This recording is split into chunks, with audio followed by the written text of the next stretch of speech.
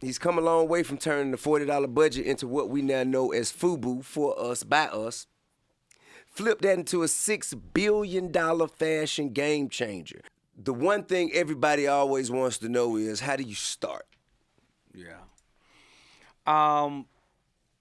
There's no one formula to starting, right? The only key to starting is starting small, starting with whatever resources you have. So whether you was out in the park, you know what I mean, having a rap and perform and entertain people, whether I was on the street selling hats, Right. I took the shot and did it. I didn't say, man, I need a big budget. I need to design this. I can't, I just had to do it. I just had to get out there and keep doing it. And that's the most important thing that anybody, and that's the successful people, that's what they do. I think I can attest to that. Now, you turned a $40 budget for FUBU into a $6 billion company. Okay. Now, I've seen some pretty miraculous things, you know what I'm saying? $40 into $6 billion is kind of unheard of. How did you do that? When you put it in context, it sounds crazy like that, but I think every one of us has turned pennies into something. You remember, the $40 was really me just going out and selling hats on the corner that I made. I would close that business 3 times from 89 to 92 because I would run out of $2,000. Right. Be like, I ain't doing this no more. Right. Then people started saying, yo, man, remember when I bought a hat of that shirt? I've been looking for you. I need it again. And I'd be like, man, I love what I'm doing here. Right. All right, I'm going to make some more. So then I'd run out of another $2,000. Then I'd run out of another $2,000. But then I started, every single time that I have failed, I started to learn what I needed better. Right. And that's how you take that 40 or $2 or $0 and turn it into, whatever it is. It's just the origin of the story is $40. And the reason why we share that is because I don't want people out there saying, yo, you need money to make money, because you don't. So the lessons are truly in the losses. Yeah. You know what I'm saying? I think that we all can agree that we learn much more from the lessons than we do from the much more from the losses. People who are successful, like you and I, who are sharing a level of success, whatever we deem success be, right? Sure. It's always the losses. Most people I see with successful companies or careers, they started the first time with a company and they didn't have the right legal structure. Right. Closed it. Next time they had the right legal structure, but they didn't have financing. Close it. Next time, legal structure, financing, but not distribution. Close it. By the time they get to 5 or 10, they got everything in place. Right. You know what I mean? But they had to they had to go through the motions. They had to go through the motions. I mean, I think that's true for a lot of us. I think Jay dropped his first album, didn't do so well, and came back and doubled down. It was a cult classic in the hood. Yeah. But as far as commercial success, when everybody was going triple and quadruple platinum, he was like, inching that goal. However independent, he parlayed that into a better situation for himself, and I also took that path. You know what I'm saying? So I can understand, exactly how one, has to take matters into their own hands. But you also kept trying, right? I saw you, listen, I saw that you went out and you did a TV show, right? Nobody said that was going to work or not, right? But you did it. You weren't embarrassed to say, what if it doesn't work? What if I get canceled? You say, then you go and do a podcast. Then you go and do all the things. Then you venture into other capital businesses and stuff like that. But it's usually the people who are so afraid they make excuses on why it can't be done that don't get it done. And instead of just failing, fuck it, you failed. Right. I mean, I think there's a lot to be said for that. Like, okay, so going from, selling hats out on the corner and, closing businesses and opening them up, living from, I guess, shipment to shipment. What was the first sign of success that you can recall? I think the first sign of success, because, my life is, like all of us, has been many little successes leading up to others. The first sign of success was I got a store to carry my stuff, and now they're selling out of it. A small store, didn't matter. But now I'm getting proof of concept. Now I'm starting to understand what's selling. Right. Starting as a designer, we all want to make a million colors, a million styles. Right. So what did I do? I stood outside and I found out the store would sell, and even now it's true in fashion. I made 10 colors, but the store sold 60% of black and 20% of white. Right. So now I cut my SKUs down to white, black, and blue. That's right. I had 10 logos. only wanted 2 type of logos, the FB and the other one. So I cut my logos down. Right. They only wanted XXX at the time because, back then, nobody's wearing no shirt that says small. You know what I mean? They wanted it. So that was the first success, getting to test that, right? Because you see on Shark Tank, we always say, what are your sales? The reason why we're asking your sales is we want to know who's your customer, right? Because if you don't know who your customer is, then how am I going to invest in you? Because then I don't know who your customer is. That's right.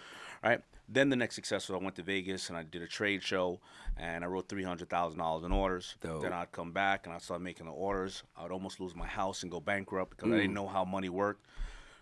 Took an ad in the newspaper and Samsung Textile Division called and said, we want to manufacture and distribute your clothes. LL Cool J putting FUBU in the Gap ad. All these are a bunch of successes to me that added up. Certainly. Now, LL just like haphazardly just did that, or did you guys already kind of like have some form of an agreement? We had some form of an agreement, but he did that on his own. I mean, listen, a lot of people want people of your nature and various other people or me or who are influencers, but L was an influencer and a mentor, and he lived the product. He really believed in our mission, and he would have done it no matter what because he felt that the mission needed to be heard. Could you please tell me how you came up with your business model? So I went looking into trying to figure out, how do you own a show? What does that mean? And ownership was key for me because when I was a kid, man, my father worked for this, he built houses. This white man that he loved, right? This white man down the street built these houses for, and he come on in here. That's the good stuff. Introduce Tyler to tequila, man. No, I know 1942 well. You know what I'm saying? All right.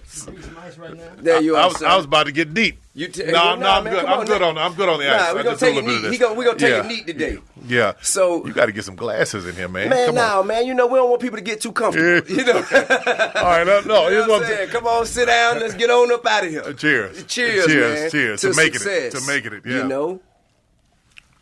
Here's the thing. My father worked building houses for this white man, as I was saying, and he would come home so happy because he had made $800. He made his money. So I made this much money, and he had to pay his employees out of it because he had other subs under him. Right. And I always watched the man who built the house and owned it sell it for $80,000. So he got 80, my father got 800, and he thought it was a wonderful thing. And I even remember being a kid trying to talk my mother and my father into actually buying the house and selling it. But, they came from a Jim Crow South. That kind of reality wasn't for them. They didn't get it. Right. So ownership was the key, man. Ownership, that's the thing that has changed everything in my life. I own every play, every movie, every character, every TV show is all owned by me. And that is what has set the difference of me being able to say, I'm going to set a path where I can open the door for everybody else. Absolutely. Or waiting for somebody to give me a job. Man, now you touch on a key point when you say ownership, and you come from absolutely nothing. Yeah, you come from the bottom. And it's a lot of people listening who also would love to come from the bottom and put their dreams into effect to yield the kind of results that you have. How do you start? Like ownership, because usually we defer our ownership to someone for startup costs. Yeah. So how do you start? For me, I wasn't going to do that. I went to H&R Block, did my taxes, saved my tax money, invested in my first play, put it up. It didn't work out. I went on tour for every time I do the show, but there was always somebody who wanted to audition. This tequila. Hold on, I'm gonna have to something else in this 1942. I'm gonna have to slow down a minute. Wait a minute. Let me concentrate for a second. Give me some water. Y'all bring me some water. So you say I said audition. No. What I said. So I have my tip. All right. So I had my tax money and I put it into my first play. And outside of that, there was somebody who, only 30 people showed up, but there was somebody who wanted to invest in it. And that person did one play, that didn't work out. Then another person came along, they wanted to invest. You know how these shady promoters can be. Absolutely. So for years, we were doing that, but I wouldn't give up any control. Even when I got to Hollywood, I had been successful with plays, but at that time, I had made $75 million doing live shows. I got to Hollywood, nobody knew who I was. Right. But I cultivated us. I worked with us. Right. You know, I nurtured us as an audience. They took care of me. I took care of them. I gave them the best I had. They gave me the best that they could. So it's like we always get a degree or something and we run from the culture. That's right. We don't want to live around us. We don't want to work around us. That's right. Our culture is rich, man, and every other race comes in and rapes and mines everything we have and take it out, but they don't leave anything for us. They don't cultivate. Exactly right. So when we can take our own culture and have it be. Here's what I'll say about that. Like, segregation was a horrible thing. Right. Horrible thing. Yeah. When it ended, a lot of black businesses ended. Okay. Because under black businesses did so much better under segregation because we were forced to buy from each other. That's right. When that ended, we just went in all different directions and we're buying from everybody but us. Hence the sentiment behind the late, great Martin Luther King, Dr. Martin Luther King Jr.'s statement, I believe I've integrated my people into a burning building. That was one of his last quotes before his assassination.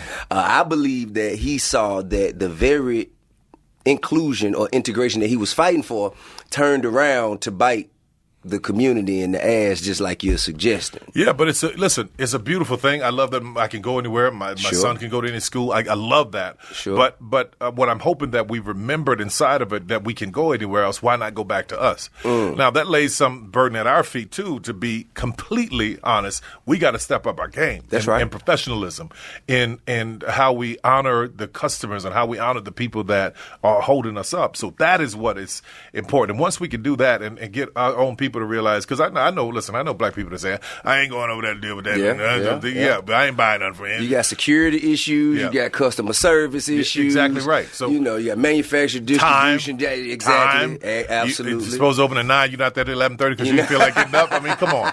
So once we learn to really be professional and forthright and just downright organized with everything, I think that a lot of us will start to support us. And that's what happened with me, man. My audience is die hard loyal. Man, I'm talking about and they have been ever since you were doing live shows. Yeah. What made you go into plays? What indication did you have that stage plays why not straight to movies? I never felt like anybody would take me seriously in the movies. I didn't know enough about it. I need to learn. Okay. And I've been going to plays for years. I didn't have the money to go. There's the Sanger Theater down in New Orleans. I didn't have the money to actually go to the entire show. So I was tipping in an intermission when everybody come out to smoke. Right. I sneak in and see the rest of the play, and I go, wow. Then I'm like, man, I could do better than this.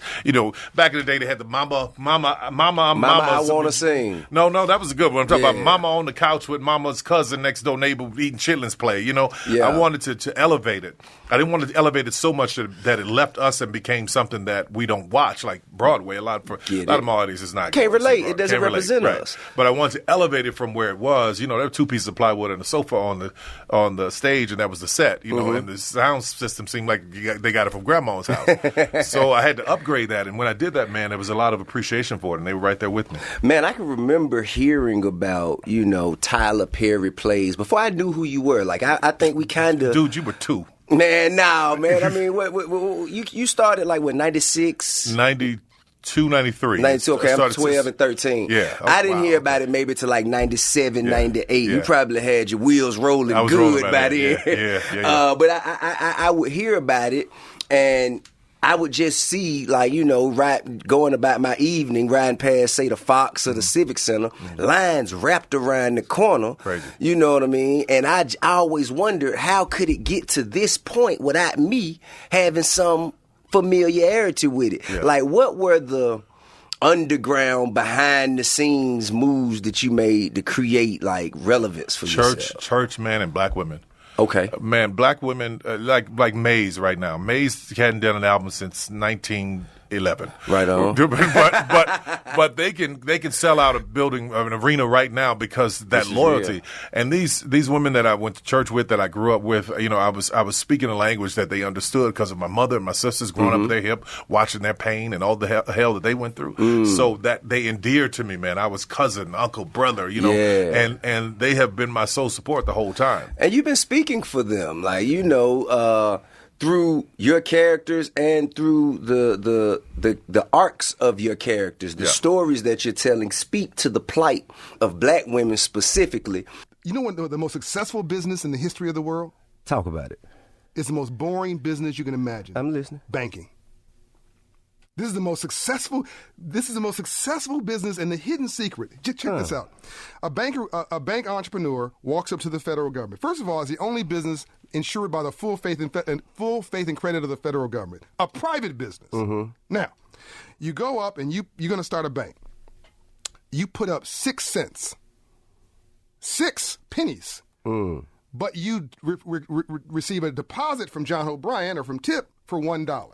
Now, you take that $1 from 94 cents. You put up 6 cents of risk capital. Mm-hmm. You take a deposit for 94 cents. Mm-hmm. You take that dollar and you loan it to Mason for 4%, 5% interest. Right.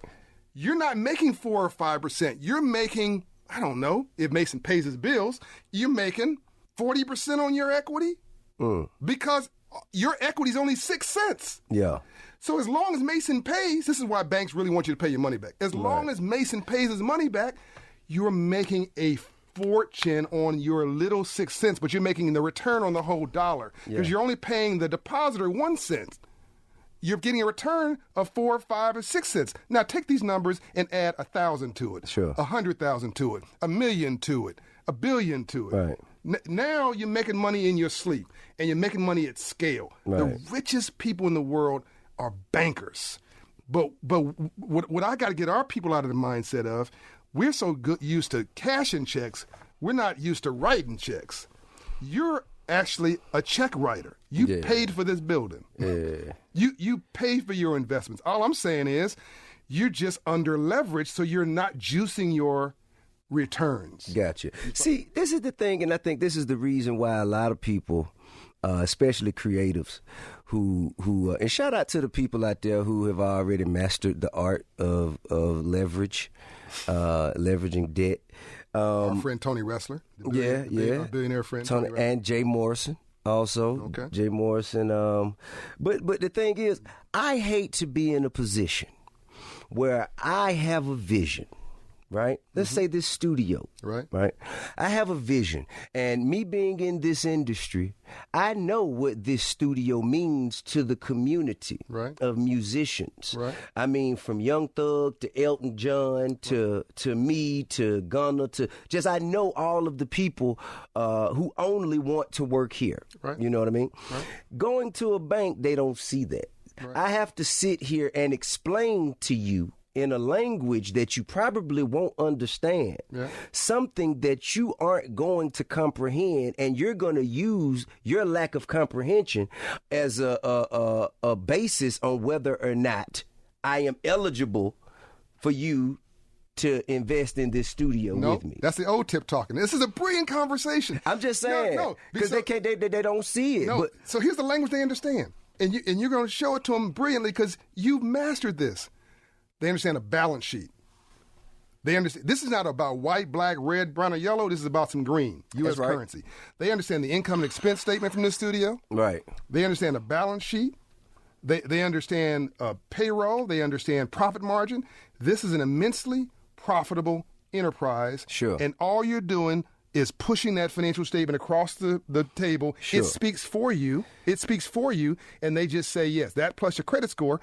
And they say yes. Except for if you're buying, buying when there's blood in the streets. Yes, sir. Okay, so if the business was already functioning perfectly, then I wouldn't be in a position to buy it. Good point. So obviously, there is something at the time when I purchased it that isn't going perfectly. So sliding that statement across the desk to them may not be as easy as you described.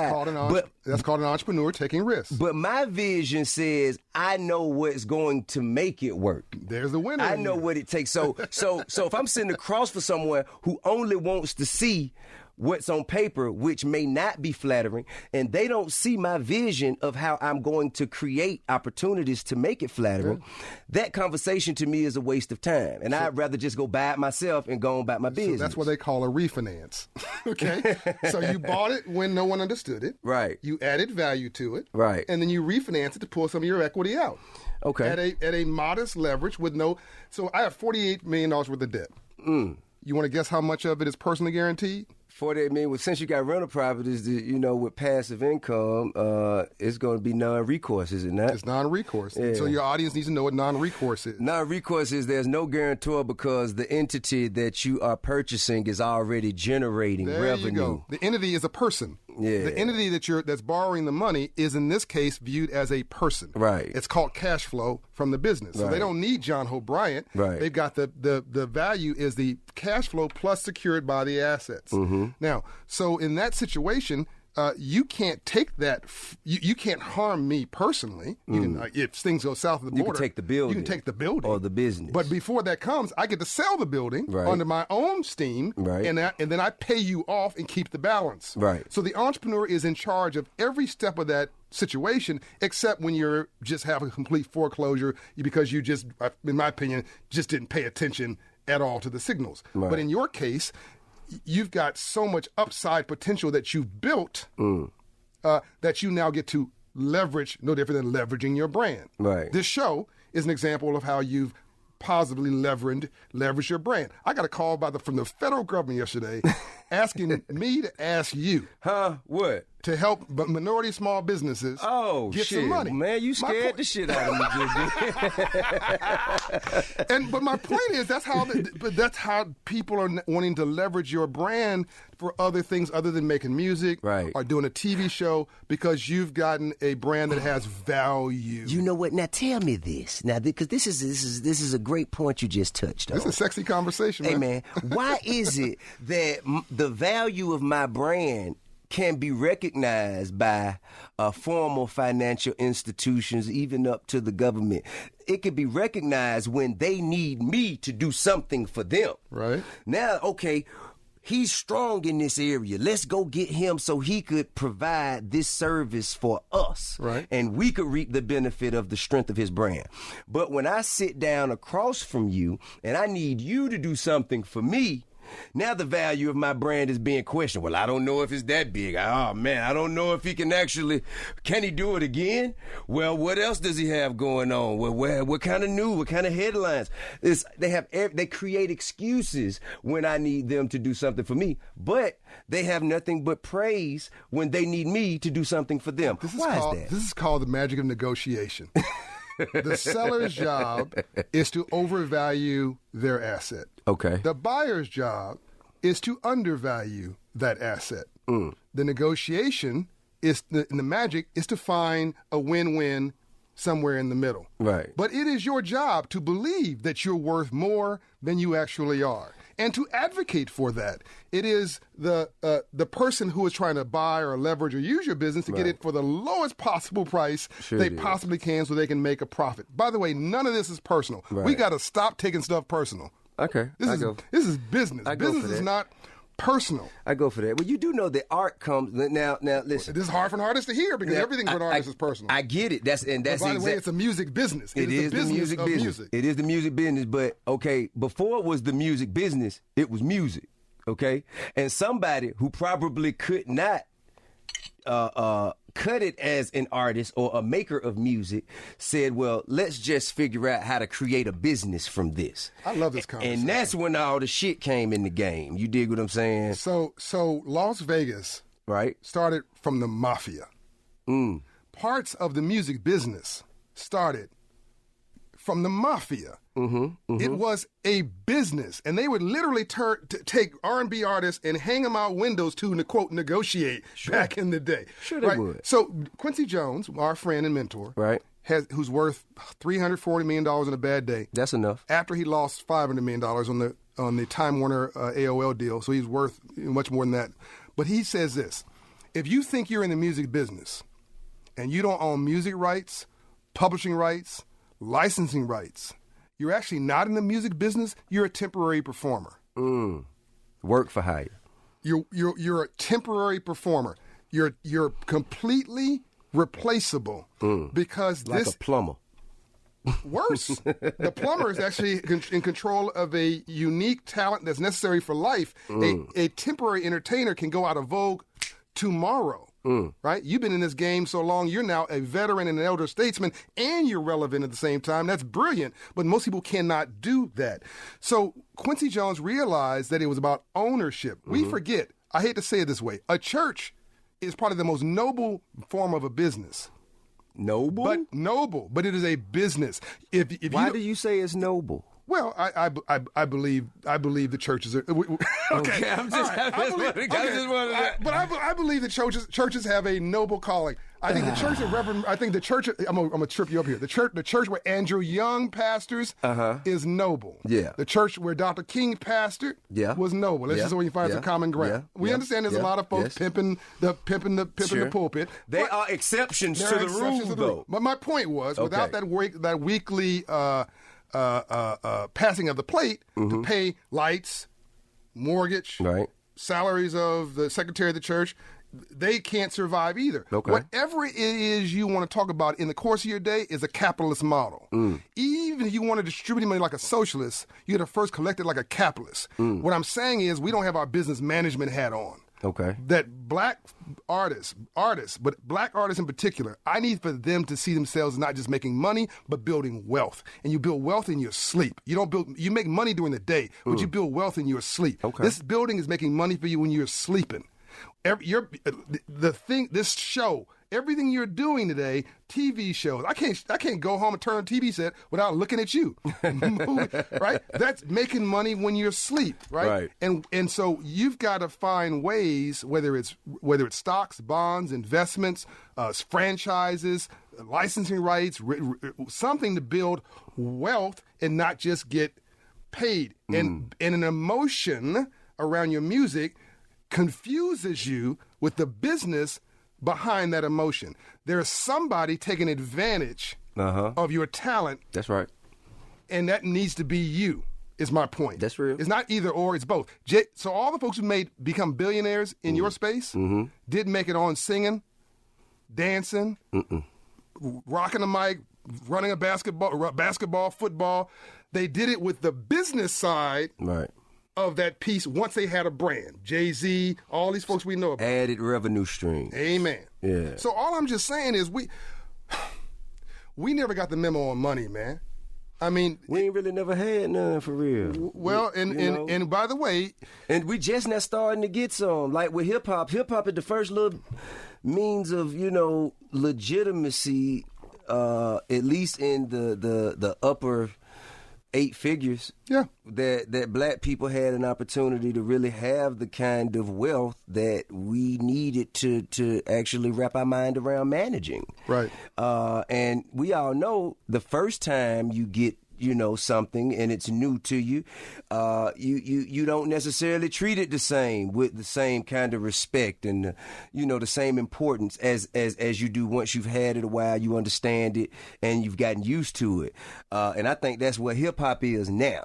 You know what I mean? Which is why you're seeing billionaires and Jay and then Dr. Dre and now Kanye. So what piqued your interest as like an entrepreneur or like from a business investment perspective early on? For me, real estate. Okay. Being from the What South, was your first big purchase in real estate? Did you go residential or commercial? I went residential first. I brought my mom and my grandmother a house. Okay. Then I brought a building on Canal Street. Commercial. In New Orleans, commercial. Okay. How big? Big. No other African American had a building on Canal Street. Well, I mean, like how many square feet? How many floors?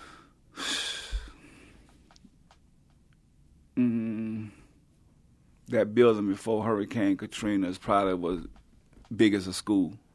Okay, like 100,000 square feet, something like that. Yeah. Okay, gotcha. Yeah. 1 level, 2 levels. 5 levels. 5 levels. Okay. I'm picking up what you're putting down. Yeah. Downtown Canal Street, you say. For a man from the project. All right, yeah. For a man from the project. Yeah, let a motherfucker know you swinging a big stick in the city. You dig what I'm saying? Yeah, I'm picking up what you're putting down. Yeah. So you went from that to what? Just buying all kind of houses and, being a part of knowing that I could make money doing this. Right. Did you ever, what got you into franchises? because you also, were the first in our industry to kind of, reap the benefits of, being early on franchising. And I know people like, Ross have kind of patterned after that, and even Khaled. Yeah. And you know what I mean? Well, my boy Dream, he owned a whole bunch of motherfucking Popeye chickens and all kinds of shit. So I went from thinking like that because I thought that was the easiest way. Right. When you get into a franchise, the business is already set up for you. Right. And to now, in New Orleans, I probably got one of the biggest burger places in New Orleans now that's turning into a franchise that I started. What's the name of it? It's called Big Papa's. Okay. So when you come to New Orleans, you got to stop at Big Papa's. It's the best burgers in town. That's right.